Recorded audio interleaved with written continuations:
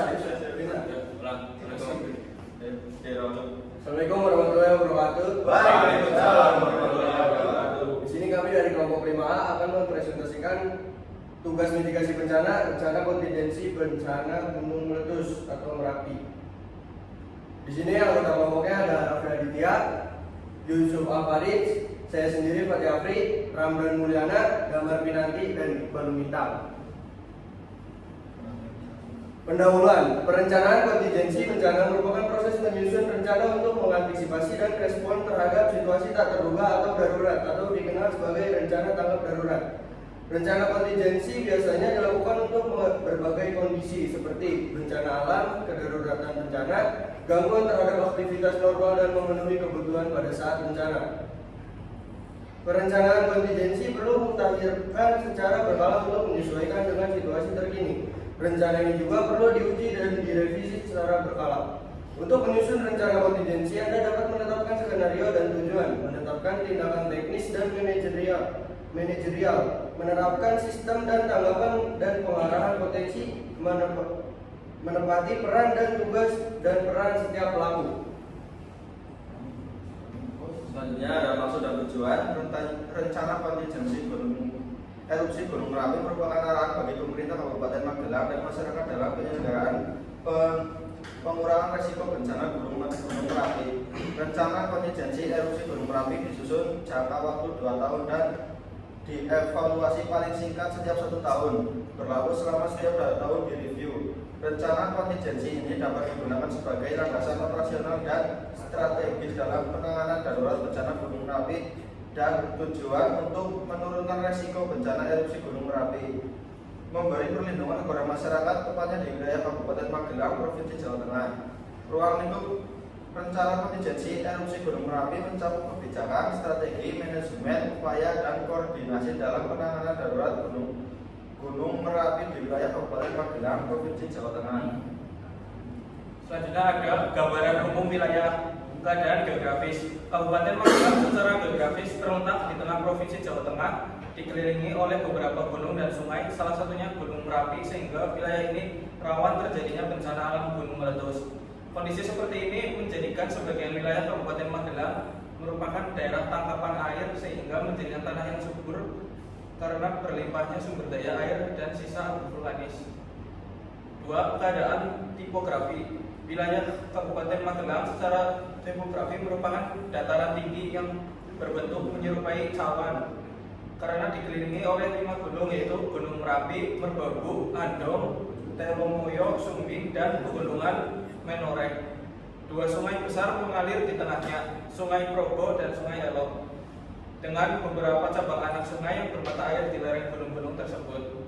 Topografi datar 8.599 hektar, bergelombang 44.784 hektar, curang 41.037 hektar, dan sangat curang 14.155 hektar. Ketinggian wilayah antara 153 sampai 3.065 mdpl. Potensi bencana. Gunung Merapi yang berada di Kabupaten Magelang, Gunung Merapi menjadi ancaman serius bagi wilayah ini. Seperti yang terjadi pada tahun 2010, erupsi mencapai puncaknya dan akibatnya banyak berjatuhan korban jiwa. Hal ini membutuhkan langkah mitigasi dan peningkatan kesiapsiagaan masyarakat untuk mengurangi korban jiwa akibat dari erupsi Merapi. Selanjutnya, skenario kejadian erupsi Gunung Merapi pada tahun 2010 telah menimbulkan dampak yang serius pada lahan permukiman di kota-kota di sekitar Gunung Merapi. Salah satunya adalah kota Klaten. Kerugian yang ditimbulkan antara lain lahan permukiman, lahan pertanian, sumber air, dan juga kerugian ekonomi.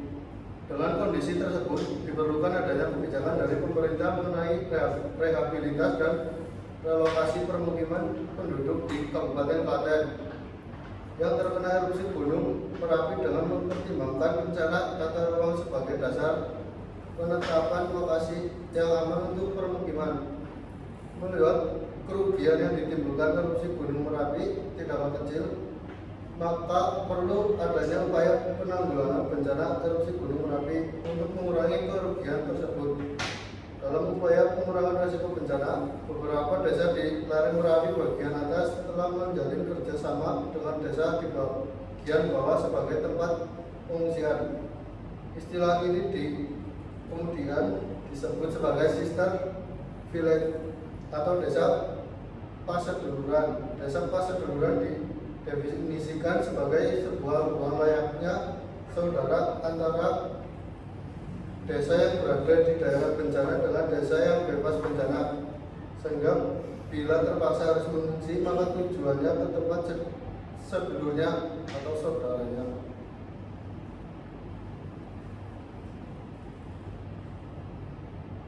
Pembentukan desa paseduluran dituangkan dalam Kepala BPD Kabupaten nomor 368 tahun 2019 tentang pembentukan desa paseduluran.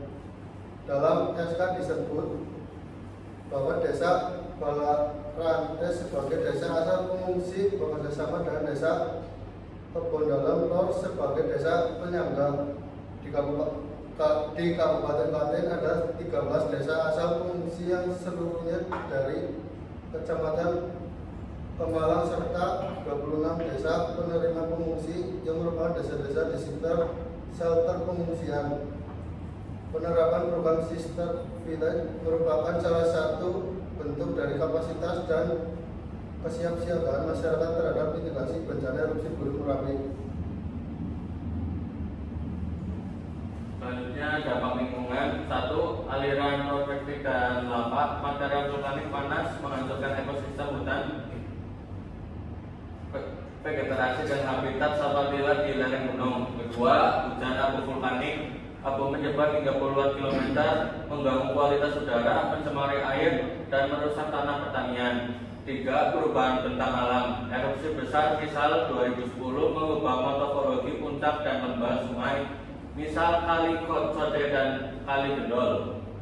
Dan selanjutnya dampak sosial ekonomi. 1. Korban jiwa dan pengungsi. Erupsi eksplosif seperti 2010 menewaskan ratusan jiwa dan mengungsikan ribuan orang. Yang kedua, kerusakan infrastruktur, rumah, jalan, jembatan, dan fasilitas publik hancur terutama di Kabupaten Sleman, Magelang, dan Klaten. Yang ketiga, gangguan pertanian. Abu vulkanik merusak tanaman pangan seperti padi dan sayur dan peternakan, mengancam ketahanan pangan lokal.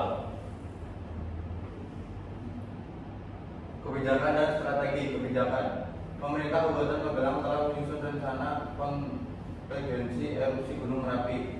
2. Rencana ini melibatkan pemerintahan daerah, masyarakat, dan dunia usaha. 3. Rencana ini berlaku untuk jangka waktu 2 tahun dan dievaluasi setiap 1 tahun. 4. Rencana ini mencakup kecamatan Subu, Dukun, dan Sawangan. 5. Pelaksanaan rencana ini menggunakan anggaran pendapatan belajar negara, provinsi, dan kabupaten. Strategi. 1. Peningkatan sistem peringatan dini. 2. Edukasi dan sosialisasi kepada masyarakat. 3. Penempatan status tanggapan darurat. 5. Pembangunan infrastruktur pengamanan. 6. Pengaturan pengangkatan. 7. Penelitian dan pengembangan. 8. Evakuasi dan pengungsian. 9. Relokasi warga di zona merah. 10. Pemulihan ekosistem yang rusak. Selanjutnya rencana tindak lanjut sebelum erupsi. Pertama, pemetaan resiko dan zona bahaya. Kedua, menyusun peta kawasan rawan bencana atau KRB berdasarkan sejarah erupsi dan potensi ancaman atau aliran piroklastik, lahar, awan panas, dan lain-lain. 3. Menetapkan zona evakuasi, zona merah, oranye, dan hijau. 4. Sistem peringatan dini.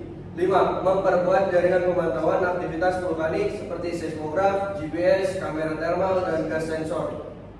6. Koordinasi antara PVMBG atau Pusat Vulkanologi dan Mitigasi Bencana Geologi dengan BNPB atau BPBD untuk penyebaran informasi real time.